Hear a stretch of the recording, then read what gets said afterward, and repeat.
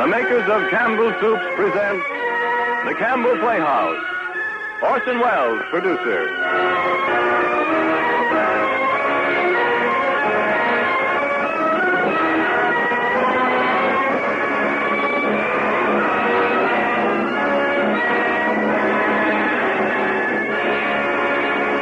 Good evening, this is Orson Welles. Tonight I present you Miss Helen Hayes in Victoria, Regina. And of course, this is my proudest moment since I've been producing these broadcasts. For tonight, the Campbell Playhouse brings you, for the first time on the air, the American theater's foremost success in this decade. And in it, one of the truly great performances of our time.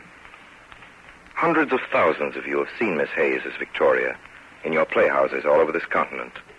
I know you're with us now. It's our special privilege to bring her to the millions more of you who have no theaters, who have radios. I hope we're worthy of the privilege. First, a word from Ernest Chappell.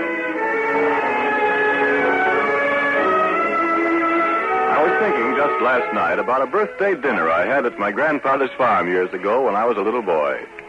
It was a great event, that visit, a glorious adventure. Grandpa and I drove up from the station in the buggy, and he and Granny hustled me through the kitchen so that I shouldn't see the good things she was fixing. But one whiff of the aroma from Granny's cook stove, and I knew that there would be roast chicken for dinner. And what a chicken it was, too. Cooked to a tempting russet brown and just falling apart under Grandfather's carving knife. I stayed overnight, and the next day, Granny made a pot of chicken soup. It shone like gold, that soup. And I remember that I thought it was the finest soup I'd ever tasted. These memories came back to me last night when I had chicken soup with the same glowing look, the same tempting aroma, and the same wonderful flavor. This was Campbell's chicken soup. And I can tell you that Campbell's is the kind of chicken soup that Grandmother made so well. Nourishing soup, heartwarming, and chicken tasting to the last spoonful. Into its making goes all the good meat of tender chickens, and fluffy, perfectly cooked rice, and melting tender pieces of chicken meat, too. And so I say, as sure as you like chicken, you like Campbell's chicken soup. Won't you make a point of having it this weekend? And now for our Campbell Playhouse production of Victoria, Regina, starring Helen Hayes with Orson Welles. For this broadcast tonight, Orson Welles has prepared a script which contains not only the great scenes from the successful stage production, but some of the episodes from the original play, which have never yet been seen in the theater. And to complete the true picture of this great queen, Mr. Welles has used still another source, one which only a few years ago was still a closed book, locked away in the official archives of the royal family. The personal diary of Queen Victoria.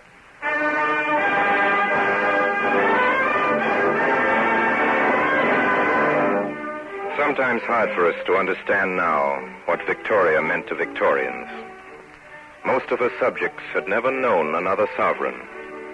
And when this star of England fell out of the skies, the whole firmament was suddenly a little hard to believe.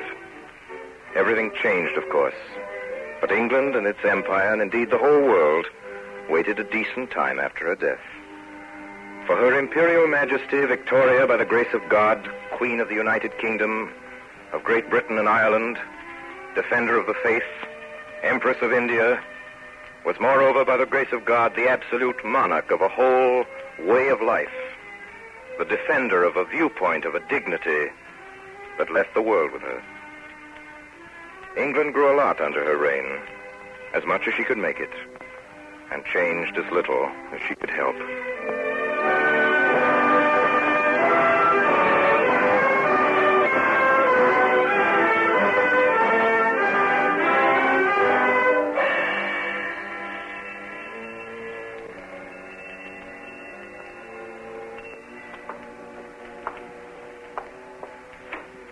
Take the message at once. Say the matter is urgent. Yes, my lord. Say His Grace the Archbishop of Canterbury and Lord Melbourne are here to see Her Royal Highness on important business. Yes, my lord. Hurry, man, hurry. Yes, my lord, but I'll have to call the maid first. So then call her, please. Yes, your grace. But the maid's asleep where I am not supposed to go, and the door actually is locked. I shall have to throw stones up at the window. Isn't there a bell? Yes, my lord. In Her Royal Highness the Duchess's room there is a bell. Well, go and ask her. It may be rung.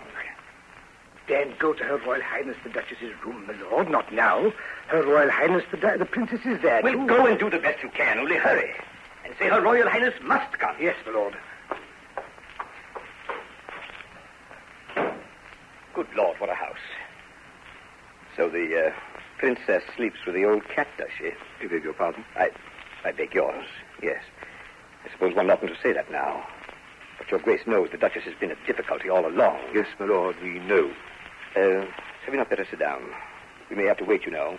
If that man's stone throwing is not good, we may have to wait a long time.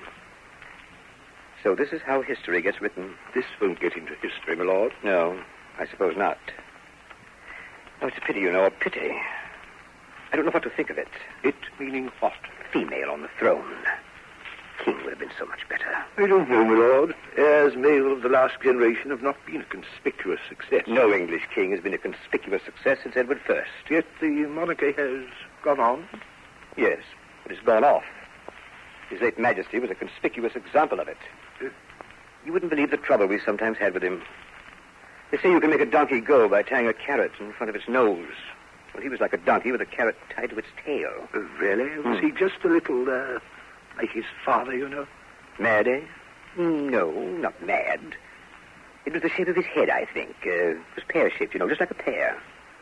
The weakest fruit drops earliest to the ground, says Shakespeare. But his head was weak fruit distinctly. Amazing how it hung on. One can't exactly say lasted. I beg your pardon, my lord. Yes? My lord. Well? Her Royal Highness, my lord. I went in, but Her Royal Highness was asleep. Well, you must wake Her Royal Highness up then. Such a beautiful sleep, my lord. I didn't like it. Even the most beautiful sleep must give way to affairs of state. You know who I am? Yes, my lord. You know His Grace? Yes, my lord. Then go at once. Wake Her Royal Highness and tell her that we are here, waiting for an audience. 6 o'clock.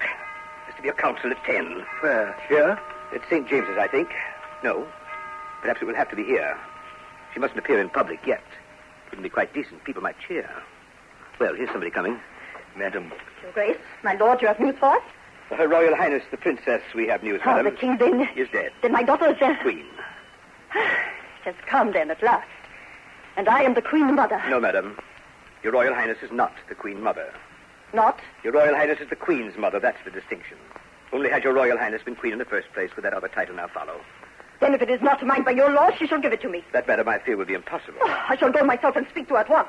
That shall settle. Madam, we are here to see Her Majesty the Queen on urgent business. We must not be delayed. Your presence at the interview, madam, will not be required unless Her Majesty sends for you. This is not to be borne. Your Grace, she's coming. Madam, if you would leave us, please, for a moment. For a moment only. That's my own daughter. Madam, please.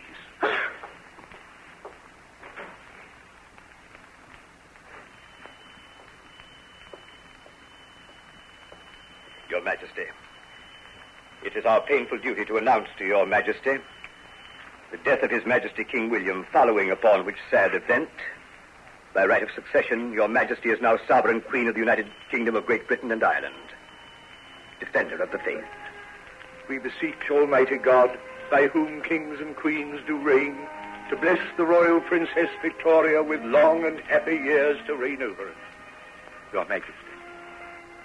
Your Majesty.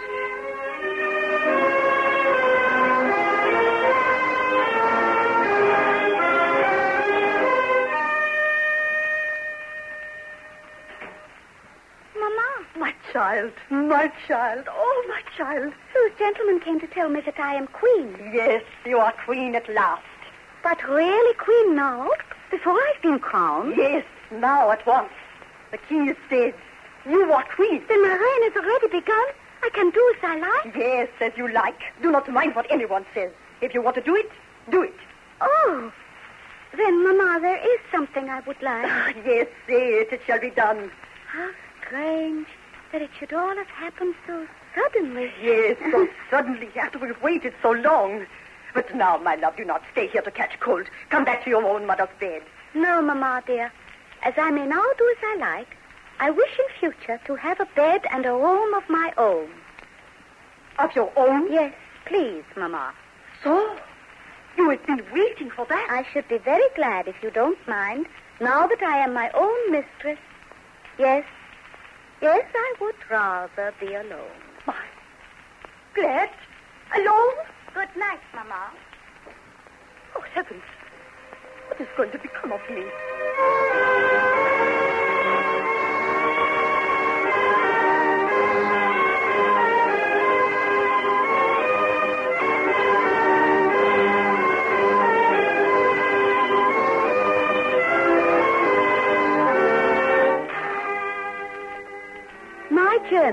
Thursday, June 20th, 1 p.m.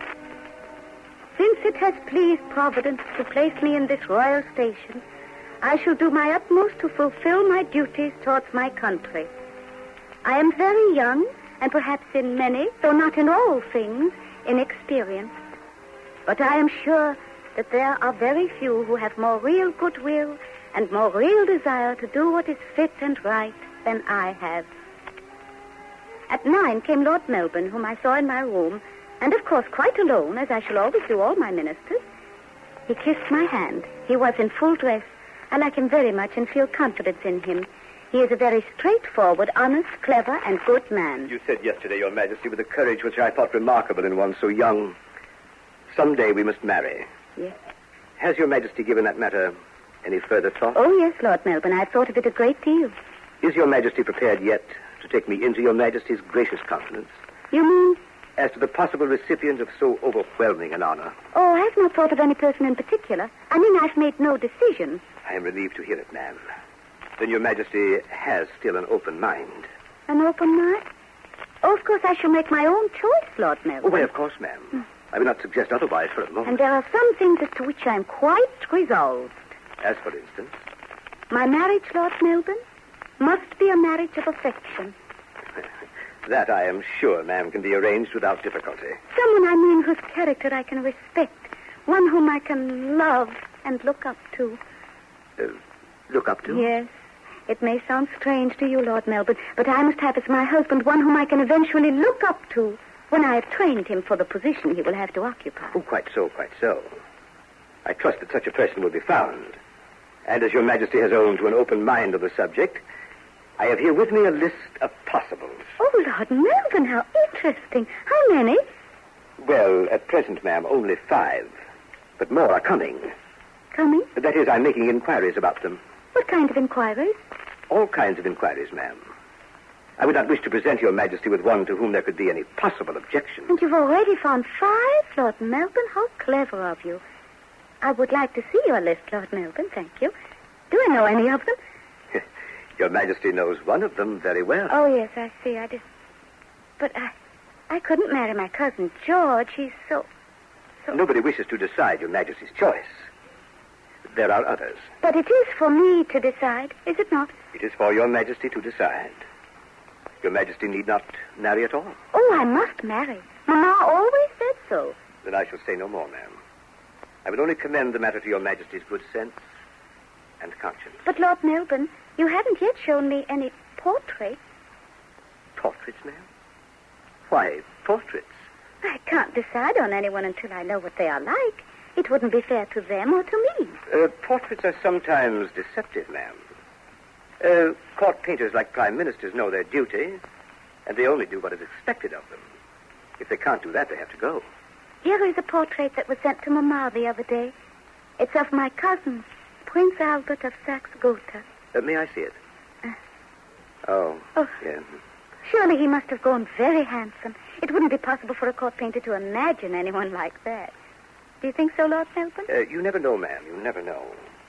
Imagination sometimes goes a long way.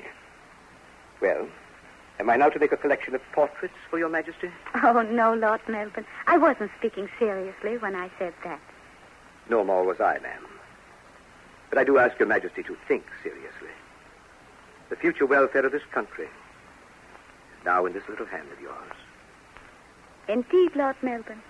I pay great attention to everything that you tell me, and I shall continue to take your advice whenever I find it possible. My dear Lord Melbourne.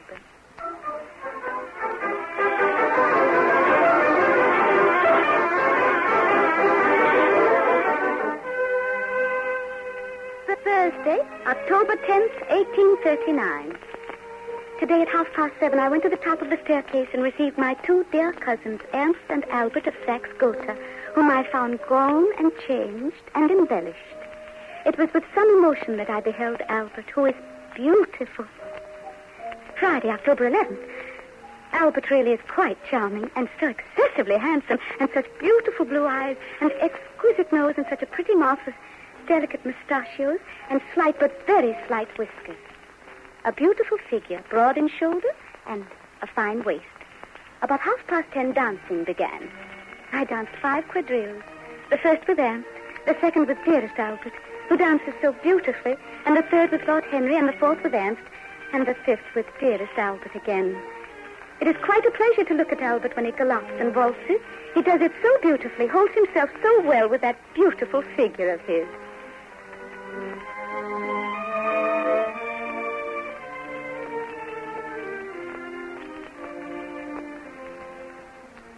Well, Albert, Hello, my brother. we must speak English. What? For practice. One of us, you or I, will have to always. I suppose. Which of us do you suppose it is going to be? Well, that is not for me to say. The decision will not be ours. But we shall have to say something. One of us, presently. Yes, presently, and only one answer will be possible. You mean that it must be yes? Since it cannot possibly be no. You don't seem very happy about it, no? Well, Ernst, the English do not like foreigners. Indeed. Oh, they like ruling them. They do that as a favor. Here you or I will only be a puppet kept to breed by. If it is you, are you going to resign yourself to that willingly? If it is to be me, you say. It is time that I speak, Albert. It must be me. Did not Papa tell you? Oh, tell me now what? Well, perhaps he found it more difficult to tell you, I don't know, but this is quite sure. He wishes it shall be me. You? You're sorry? That's why you make me come. Oh, well, she has to choose. Yes, she has to choose, but she has to choose me. Why? It is Papa's wish. He says that there are family reasons. If she asks me, I shall accept. And I must see that my father's wishes are obeyed. If you do not conform to his wishes, I shall have you sent home. Sent home? Yes, at once. You shall be ordered to return. I shall send word today. And what if I refuse to go? My dear Albert, we are not English. We are German. If the Duke, our father, our sovereign prince, sends for you to return, you will return. You know that perfectly well. Well, about that we shall see. Yes, Albert. What are you two looking so serious about? Oh, the rain. Oh, it will clear presently, and then we will go for a ride in the park. Oh, that will be very nice, to be sure. I hope you are going to enjoy your stay, cousin. Very much. I shall find it quite delightful. And you too, Albert. You're very kind, dear cousin. How could I help enjoying myself while I'm with you? Albert, that's the first pretty speech you have ever made me. Oh, I'm sorry, cousin. Oh, I like it. I mean that it should be only the first. Well, so long as it isn't the last, I don't mind. The rain is clearing. It Yes. stopped. Shall we go out now? Cousin Ernst, I've made all necessary arrangements. We will go out when we do go out and not before. Besides, have you practiced your music yet? I'm told at home you practice every day. Yes, but here one cannot find the time. Go and do it now, and there will be time. Well, I tried one of the pianos the day we arrived, cousin. It was not in very good tune. Oh, that doesn't matter. You will be all alone. No one will hear you. Well, generally, when we practice, Albert and I practice together. Duets, you mean? Yes. But if the piano's out of tune, duets would sound dreadful. No, Ernst, you go and practice by yourself, and Albert will practice by himself another time. Is that a command, cousin? Oh, my dear Ernst, I wouldn't think of commanding you, but I do want you to be quite at home here. And if you always practice at home, I want you to practice here and now.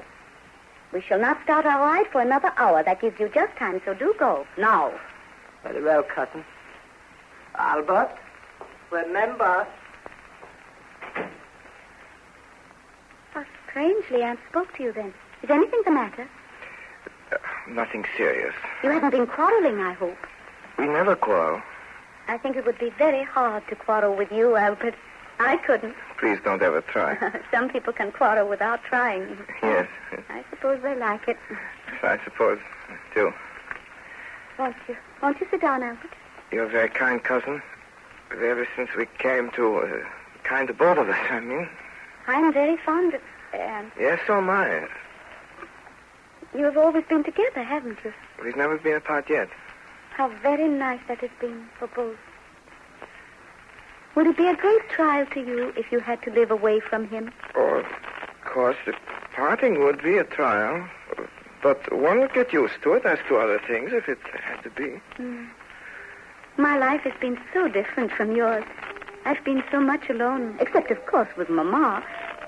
I don't know what it could be like to have a brother. One gets very fond of a brother. Yes. But one can get fonder of someone else, can one not? It happens. Sometimes.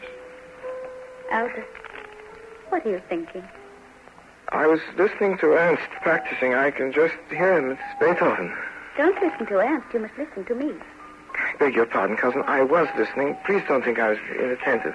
Albert, I have something to say to you. Yes. What is it, cousin? In my position, it is I who have to say it, unfortunately. Ordinarily, it is not what a woman would wish to say herself. She would rather he said it. Is there anything you wish me to say that I can say? To hear you say you can love me is all I can hope yet. If you could say you already do love me, that would be almost like heaven. I do love you, cousin. Enough to marry me? More than enough to marry you. For people in our position often marry without any love at all. I couldn't do that, Albert. Nor could I, Victoria. Then you will marry me? Oh, my dear cousin. My sweet wife that is to be. Aren't you going to kiss me? If I may. Again, please. Again. I pray God you do not ever have to repent of this. Repent? Oh, Albert, how could I repent? It's not in my nature.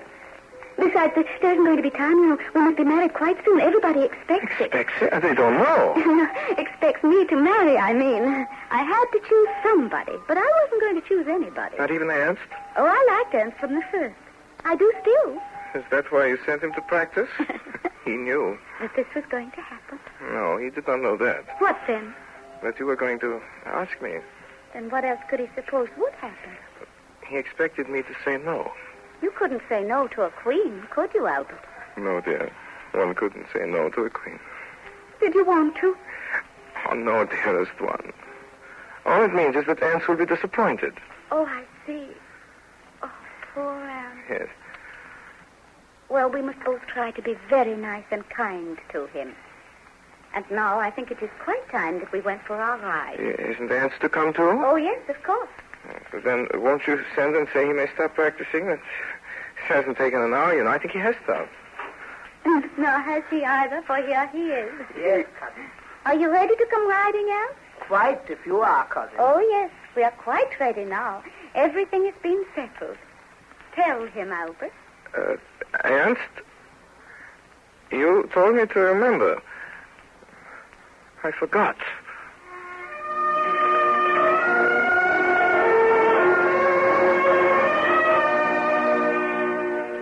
February 10th, 1840.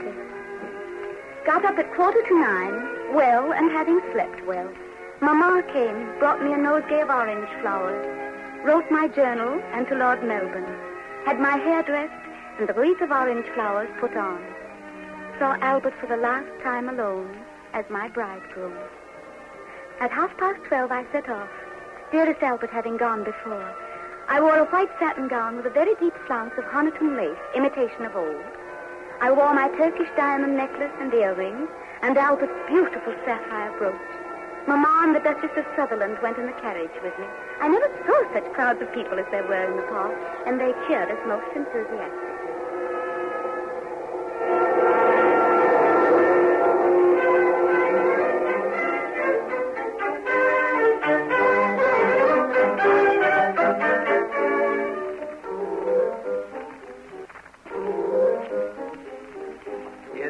Saving water, Your Highness. That's right. I want to shave myself this morning, and I want your ring. Yes, Your Highness. Albert, may I come in? Oh, yes, dearest, if you wish to. What are you doing? Shaving? Oh, how exciting. May I stay and watch you? If it would interest you, Weibchen. Oh, cool. Oh, to see you shaving is wonderful. Something I never thought of. Oh, do you think one did not have to shave at all? I just never thought about it till now. You know, Albert, I've never seen a man shave himself before. No, I suppose not. How often do you have to do that? Once a week? Every day.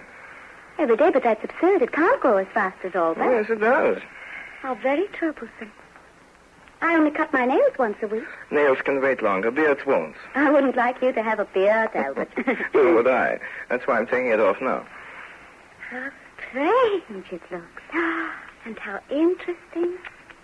Fascinating. Is it dangerous? Not if you don't talk to me. Oh.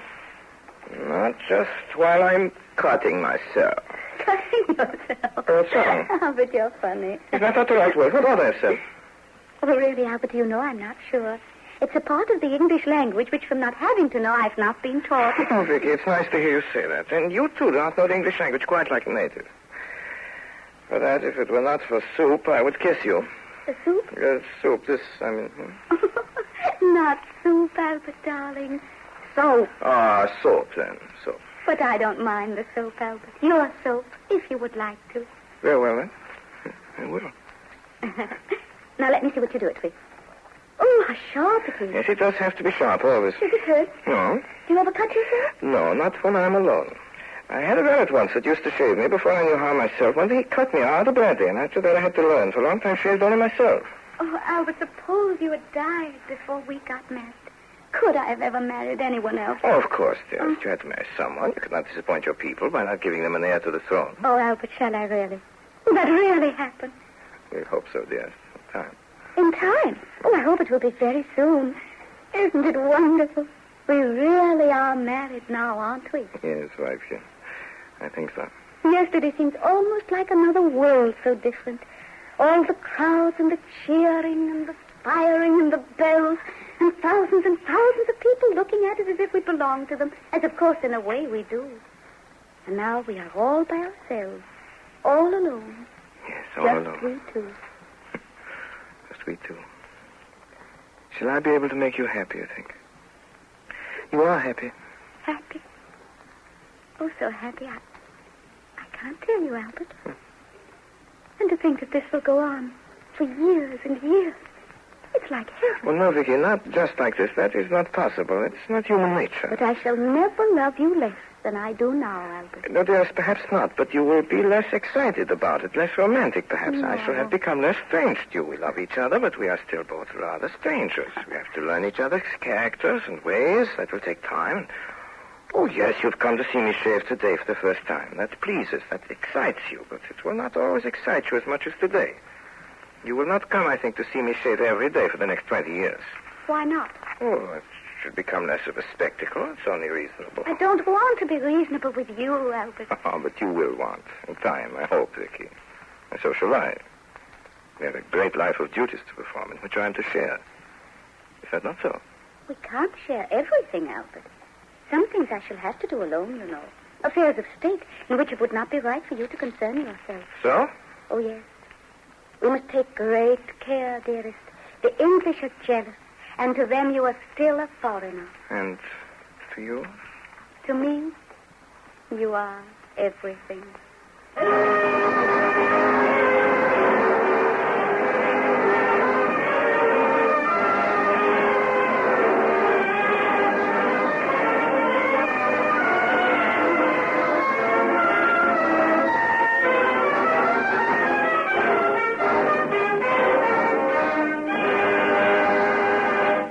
You are listening to the Campbell Playhouse presentation of Victoria Regina, starring Helen Hayes with Orson Welles.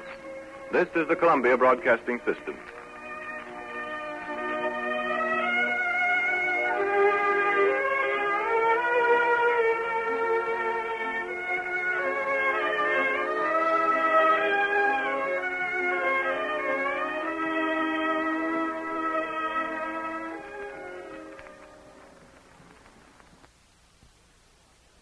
Now we resume our Campbell Playhouse presentation of Victoria Regina, starring Helen Hayes with Orson Welles.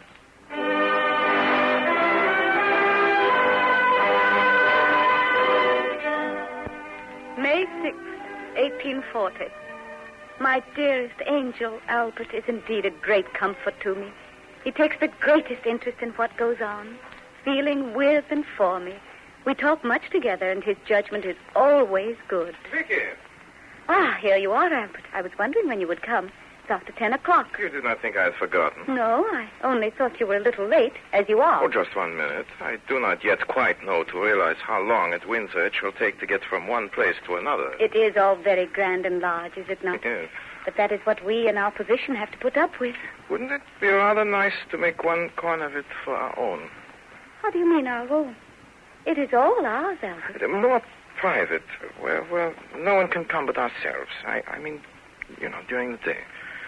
Where by ourselves you could sing to me, I could play to you and read to you. Yes, Albert, that is just what I should love. I shall have it arranged for. Will you not let me do it my own way? You think I will not do it as you wish, Albert? Oh, not so at all, but this I would just like to do myself. At present, it seems there's so little I may do. But you do a great deal, dearest. Everything that I want you to do. Yes, and that is all. Is that not enough?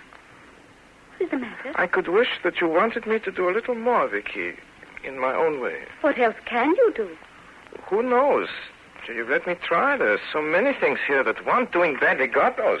Dearest, you judge people so strictly. But do I? Of course you do, and sometimes it's rather inconvenient, you know. Well, for instance? The other night when Uncle Augustus came in after dinner, having dined elsewhere. And of course he dined well, as usual. And so almost at once you sent one of your gentlemen in your compliments and told him that his carriage was waiting. You wish that I had let him stay? I think you should have come to me before doing anything. Well, why? For permission, that you might have my authority. Oh, no, Vicky, I'm not going to ask permission for everything. Do you mean that? Oh, very much so, I mean it. Albert, is this going to be the first time you've disobeyed me? Perhaps it should have come earlier. It will not be the last. Albert, you forget yourself. Vicky, do you wish that I had let Uncle Augustus stay? Well, Albert, after all, he is an old man. We can't expect to alter him now. Even your uncle should be made to respect you. But they do, I'm sure. It was not respectful for him to come as he came the other night. It would not have been had he realized, had he known. How drunk he was. Albert, he is my uncle. Please don't use such a common expression about one of us. Is it too common, that word said in English? Forgive me, I will say it in German. No, Albert. Till you know it better, you must, please, still speak in English. And it's the same about English ways and customs. You must get to know them better and be more like the rest of us. You wish me to become English? Why, of course. I am English, so my husband must be English, too. That one should have begun earlier. I married you as soon as ever I could, Albert. Oh, by so long as you do not repent it. You are happy, Albert. I will be more than happy so long as, serving you, I'm able to make a life worth living. But you must let me serve you, not feel myself useless. Useless? Sometimes I feel that I'm put, not quite in a corner, but on the shelf, just a little. Who does that? You, my dear. I? Oh, I worship you, Albert. Too much. Let me come down to earth a little now and then. Give my hands and brains something to do so that I may be able to respect myself. Am I only your plaything? Am I never to help or advise you? Never. From your life's work, am I always to be shut out? But you do help me so much. Well, let me help you now. How? Let me see some of those papers you spent so long over. Oh. I could read them for you, make a few notes. That would save you time. Oh, but I must see everything myself. That is what I am here for. Cannot you rely upon me a little? Albert, dearest, you distress me. In every way that is possible, I do rely on you. And in everything that I have had to decide for you, I've only done it for your own good. Yes, you even choose my secretary for me. Well, of course, Albert. How could you know, coming here, a stranger who would be the best? Who reports to you regularly, I believe. Surely you don't mind my knowing. I would prefer to tell you myself what I do. In future, I mean to. Of course. I always wish to hear everything. Yes. The other day I made an engagement. You canceled it. Yes, you wished Albert. to hear everything. I had a very good reason for doing so. You see? Not only do you not give me your confidence, but you have me watched. Tomorrow I'm going to choose another secretary for myself. Albert, you are making a great mistake. I am repairing a great mistake. I ought to have done this before. You are not to do it, Albert. I say you are not to do it. Then for the present, I leave you. Where are you going? In here, to my own room. To write my own letters. Oh! Open the door. Albert, open the door. Who is that speaking? Who is that speaking? Her Majesty, the Queen. Her Majesty the Queen must wait.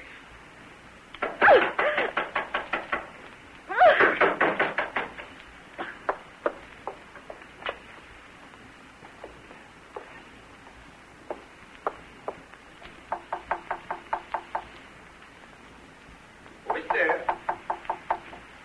Who is there? wife, Albert? Your poor, unhappy little wife. Oh, Albert. Oh, shush, wife. Don't cry. Don't cry. It's all right. It's all right.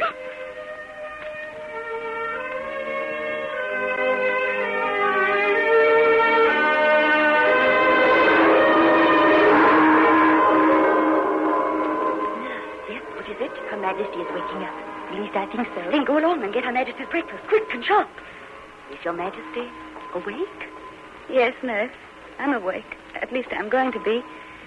What time is it? 6 o'clock, Your Majesty. Morning? Yes, Your Majesty, it's morning now.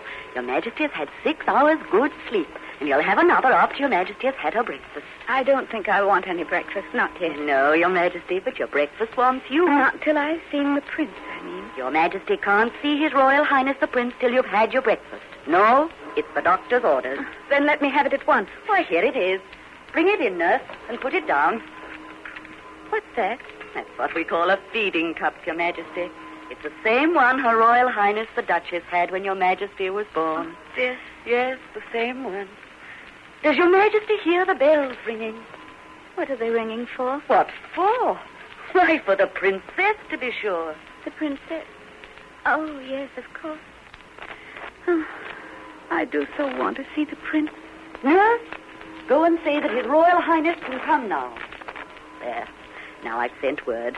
His Royal Highness will be here in another minute. Tidy me, nurse, tidy me.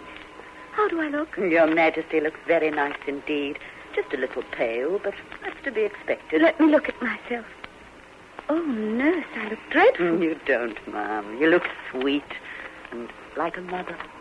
How's baby? Oh, she's all right. Your Majesty needn't worry about her. She's having a 24-hour sleep and having it well. 24 hours sleep? Impossible. No, Your Majesty. It's what babies always have to do when they first come, to get over the shock. The shock of what? Of being born, Your Majesty. It's hard treatment they get sometimes, poor weaklings. Did she have very hard treatment? No. Your Majesty treated her beautifully, like as if she'd been the mother of 12. Oh. Now, you must lie still and not talk till His Royal Highness the Prince comes. When he does come, nurse, you must go.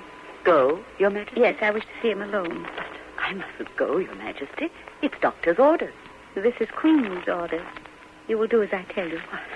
I've never done such a thing before, but if Your Majesty really means it... I really mean it, nurse. Well, here His Highness is, then. Mrs. Nurse, how long may I stay? Only 5 minutes, Your Royal Highness, please. Very well. Oh. Liebeskleines, wie geht's dir? Oh, Albert, darling. Have I disappointed you? Disappointed me, but how? Why, Weibchen? That it wasn't a boy? You wished it to be a boy. Albert, of course. How could one have wished anything else for an heir to the throne? The heir to a throne must be a boy, if possible. Well, Vicky, if I did not know that it's always to be, for if you had been your brother instead of yourself, this would not have happened. This? I mean that I should not have then married you. Then you're not disappointed. Oh, there's plenty of time. Vicky may yet be a mother of 12. That's what Nurse said. Oh, did she? Well, let's hope that she was right. Oh, no, Albert, I don't want to have 12, not quite. You see, it would be such an interruption to my being queen. Oh, yes, I suppose, but while that was so, I could be looking after things for you, perhaps, no? No, Albert, that would never do. My people wouldn't like it. So? No, 2 or 3 will be quite enough, I think. Perhaps I wouldn't mind 4 in time. So you really don't mind? Oh, how good you are to me. I was so afraid I hadn't quite done my duty. Well, Vicky, if it's anyone's fault, it is my fault, too. Oh, no, Albert, no. The father has nothing to do with whether it's a boy or a girl. Oh, indeed. You seem to be very learned on the subject, Vicky. You surprised me. I thought it was something nobody knew anything about. Oh, yes, I'm quite sure of it. I've thought so much about it, you see, lately. So I know. Vicky, it's time I went. Nurse told me it was only 5 minutes I was to be here. Nurse told you? Yes, and she was quite right. It was doctor's orders, and when doctors order, kings and queens must obey. Oh. So now for a little goodbye. Kiss me again. Again. No, not again. You must not so excite yourself. Goodbye. Albert. Bye. Have I been more than 5 minutes, nurse? No?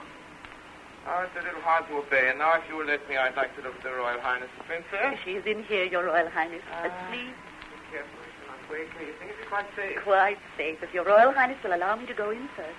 This way. Oh, Vicky, what a thing to be I've been wondering. Oh, he's pleased. Well, dearest, if you want 12, you shall have them. Anything to please you. But, oh, I do wish it had been a boy. A boy.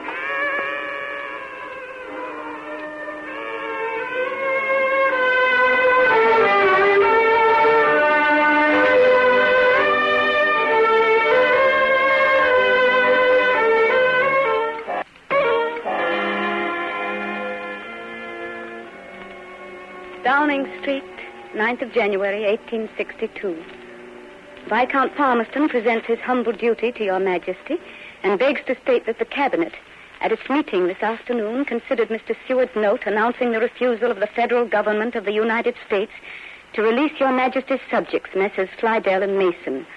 After long deliberation, the Cabinet then decided to send an ultimatum to the American government, informing them that unless immediate compliance is made with the wishes of Your Majesty's government... This looks very serious indeed, General Gray. Where's the messenger from the Foreign Office? He's gone, Your Majesty. Gone, without waiting? He waited for an hour, ma'am, so I'm told. An hour? He should have waited all day if necessary. Messengers from my other ministers know that they have to wait. Why do not Foreign Office messengers wait too? Cannot one of Your Majesty's messengers go, ma'am? The matter being so urgent. Yes, he must, of course. Tell one of them to be ready to start instantly. Yes, Your Majesty. Albert. Yes, Vicky? Sent for me? Oh, Albert, why did you wait to change? I've been so wanting you. It's after 4. My uniform is wet through, my dear. I'm feeling very cold. You're cold still, dearest. Your hand is like ice. Oh, why did you go to Sandhurst in such weather when I begged you not to? My dear. What's the matter? It's about that trouble with America. They're having taken the Confederate envoys off one of our ships. And most wrong it was of them, you know. This is the dispatch Lord Russell is sending to our ambassador in Washington about it. He wants it to go tonight. Is the messenger waiting? No. He's gone. Gone? Oh, that's what it's now to expect, I suppose. Yes, it's that Palmerston again. Troublesome man. Albert, read it quickly. I want to know what you think about it. This means war. Oh, I was afraid so. How foolish of them not to give in. For they must know they are in the wrong. And everything that Lord Palmerston says there is true, is it not? Quite. This won't do. But, Albert, as we are in the right, what else can we do? Alter a few words. Say it, but say it differently. Often it's just the way a thing is said that decides whether it shall be peace or war. It's the same when two people quarrel. You and I, Weibchen, might often have quarreled. Had we said the same thing that we did say differently. But we could always beat America now, Albert. So. What if we were fighting someone else, Vicky? And America chose her time then? No. That is what these patriots never think about. It is always this time we are right, and we shall do what we like. Oh, what fools their patriotism makes clever men to be.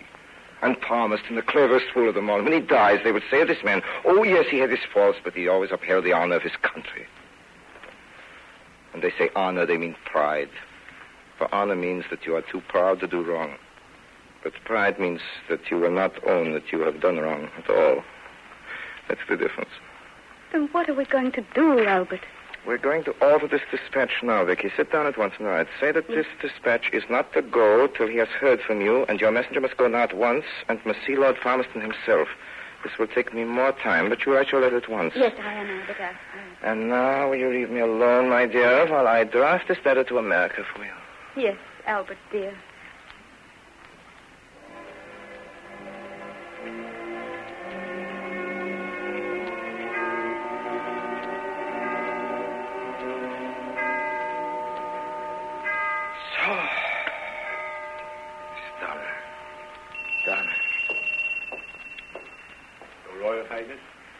Tell Her Majesty that I finished this letter for America.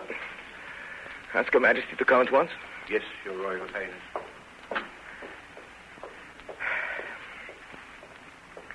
Albert. Oh, what's the matter, Albert? Are you ill? I've done. Read it, Vicky. If you approve, send it. Yes. Of course. Oh, I do. I do approve. Every word. Then let it go. No. Yes. And, Vicky, there's one thing. Albert. Oh. The matter, dear? You look so pale. What is it? Take me to bed. Take the bed. Oh, I feel so weak. I feel... How kan die veder haken kom? Albert! Albert!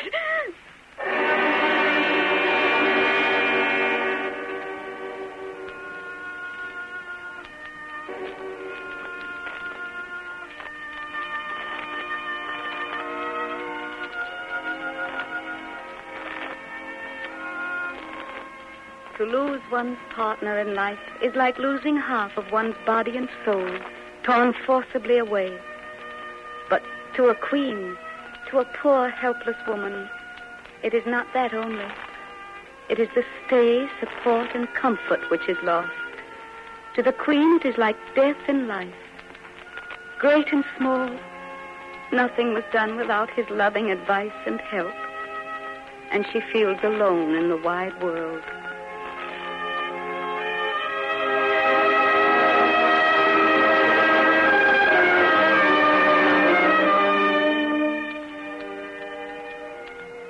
June 20th, 1897, Windsor Castle.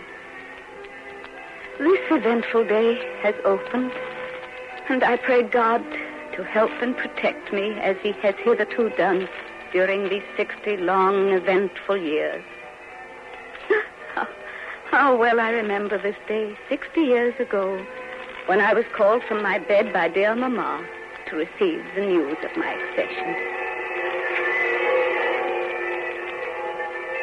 Her Majesty the Queen.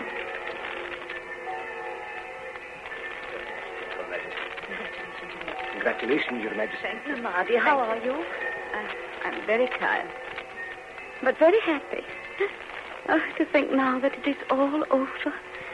I'm so glad that I had the strength for it. And the courage, Mamma, dear. You were quite wonderful, Mamma. Thank you, dear. Thank you. Now, Mamma, I think you had better take a glass of wine. It will do you good. Oh, certainly, certainly. And may we also drink to your good health, Mamma. Oh, yes, yes, certainly. Please, all of you. But last, Your Majesty. What is it? Champagne, Mamma. No. I will have sherry. Yes, Your Majesty. How long did the procession take? Nearly 3 hours, Mamma. Oh, dear me, dear me. And it seems like yesterday and tomorrow almost. 3 hours. Your Imperial and Royal Highnesses, I have great pleasure in asking you to drink to the health of Her Majesty the Queen. May she continue long in health and prosperity to enjoy the love of her children and her people. Her Majesty the Queen. Thank you. Thank you. Won't you go and rest now, Mamma? No, I won't. That cheering that I heard means that my dear people are expecting to see me again. I must try not to disappoint them. It would be nice if you could, Mamma. You think you can? Oh, yes. But I shall have to go as I am, I can't get up. I can't get up. Oh, have the windows opened. Now, will you, Bertie, and some of the others go out and let them know that I'm coming? No, not too many, just a few. Yes, Mamma. Very well now. Lift me up, please. There. That is enough. Lower me. Close the window. It is very gratifying, very, to find after all these years that they do appreciate all that I have tried to do for them, for their good, and for this dear country of ours. We've been so near together today, they and I. All my dear people of England and Scotland and Wales and Ireland and the dear colonies and India. From all over the world I have had messages, Such loyalty and such devotion is most extraordinary. Bertie, will you tell Mr. Chamberlain how very much I approve all the arrangements he has made for the proper representation of all parts of my empire in the procession. Everything was in perfect order. It was very gratifying. Very. I'm so happy. Oh, Bertie. Bertie, as we were coming back, you were in front, and I don't think you saw this. It was just at Hyde Park Corner. There was a great crowd there, you know, and a lot of rough-looking men. Of course, it ought never to have happened, but it didn't matter, really. Broke right through the lines of the police and the troops guarding the route, and they ran along beside the carriage, shouting and cheering me, and I heard them say, "Go it, old girl, you've done it well." Of course, they're very unsuitable, the words, but very gratifying. And oh, I hope it's true. I hope it's true. Hearts, they are still cheering. Oh, Albert. Albert, if only you could have been here.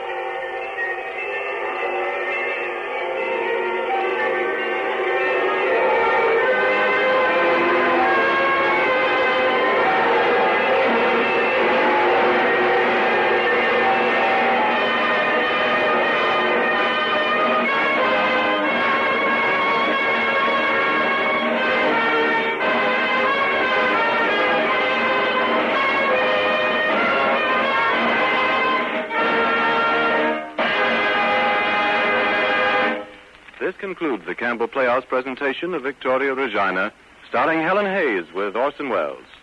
In just a moment, both stars will return to our microphone, but first a word from our sponsors. I told you how Campbell's chicken soup reminded me so vividly of the old-fashioned homemade soup I had as a child. I think when you have Campbell's chicken soup, it will remind you, too, of the best you ever tasted. I'm sure of this because, truly, I don't see how a chicken soup could be better made than Campbell's.